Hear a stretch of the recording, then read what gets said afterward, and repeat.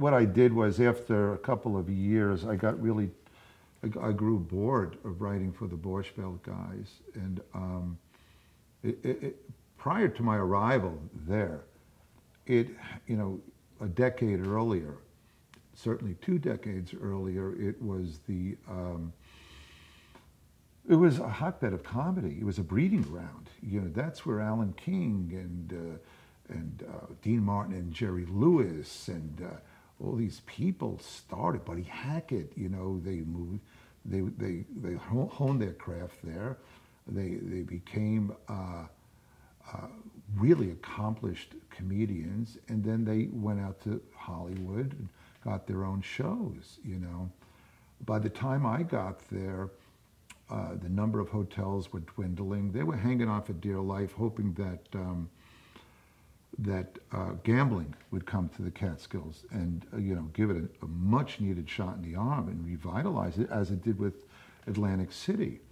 But they were running on fumes, and it looked like it wasn't in the cards, which it turned out it wasn't in the cards. And I looked around, and somebody told me about the Improvisation a showcase club here in New York, and another one called Catch a Rising Star. And that's where the Richard Lewises and Larry David and Freddie Prinz and Robert Klein and Lily Tomlin and Bette Midler, they would come.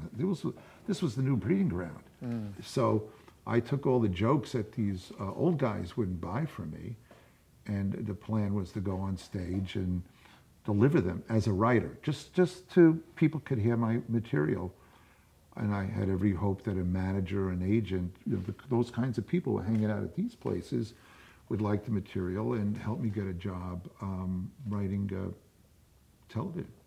So now, what was your performing style? It was shaking and sweating. It was a style that I brought.